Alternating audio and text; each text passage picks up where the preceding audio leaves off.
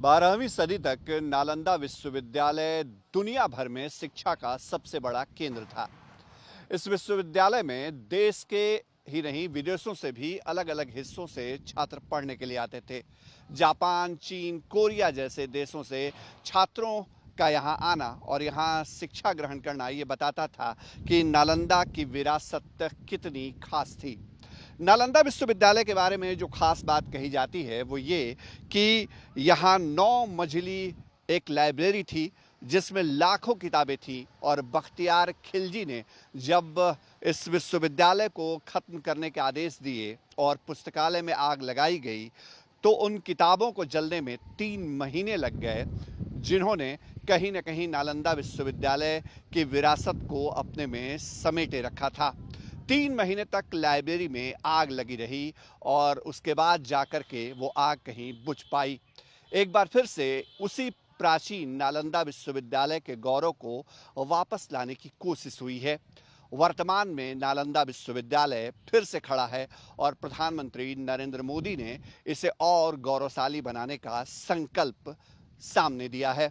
तीसरी बार प्रधानमंत्री पद की शपथ लेने के बाद नरेंद्र मोदी सबसे पहले बिहार दौरे पर पहुंचे तो नालंदा भग्नावशेष का जायजा लेने पहुंचे। और देखिए, प्रधानमंत्री इस वक्त निकल रहे हैं उस महाविहार से जहां उन्होंने भग्नावशेष का निरीक्षण किया है। हाथ हिलाते हुए प्रधानमंत्री अभिवादन कर रहे हैं नालंदा की धरती पर लोगों का, और यहां से वो सीधे रवाना हो जाएंगे नालंदा विश्वविद्यालय कैंपस, जिस कैंपस में नेट जीरो कैंपस का वो शुभारंभ करने वाले हैं प्रधानमंत्री नरेंद्र मोदी, क्योंकि ये इतिहास के लिए और वर्तमान के लिहाज से गौरवशाली क्षण है।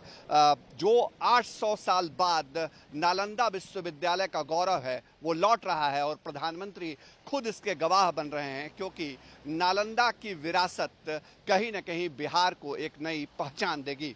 12वीं सदी में जो नालंदा विश्वविद्यालय इतिहास बन चुका था उसे फिर से पुनर्जीवित करने का सपना देश के पूर्व राष्ट्रपति और missile man APJ Abdul Kalam ने देखा। बिहार विधानमंडल के संयुक्त सदन को संबोधित करते हुए बिहार दौरे पर आए कलाम साहब ने कहा था कि नालंदा का गौरव वापस आना चाहिए। कलाम साहब ने जो सपना देखा उसे नीतीश कुमार ने आगे बढ़ाया और आज हकीकत देखिए कि प्रधानमंत्री नरेंद्र मोदी ने नालंदा विश्वविद्यालय कैंपस का शुभारंभ किया है। प्रधानमंत्री ने नालंदा के गौरव को पुराने दौर से लेकर वर्तमान में लाकर खड़ा करने की बात कही है। यह ऐसा पल है जो बिहार के साथ साथ देश को नया गौरव देता है। इतिहास जो धूमिल हो चुका था उसको वर्तमान के जरिए सामने खड़ा करने की कोशिश की जा रही है। सहयोगी कैमरा पर्सन दीपक कुमार के साथ शशि भूषण, आज तक, नालंदा। मुझे तीसरे कार्यकाल की शपथ ग्रहण करने के बाद पहले 10 दिनों में ही नालंदा आने का अवसर मिला है।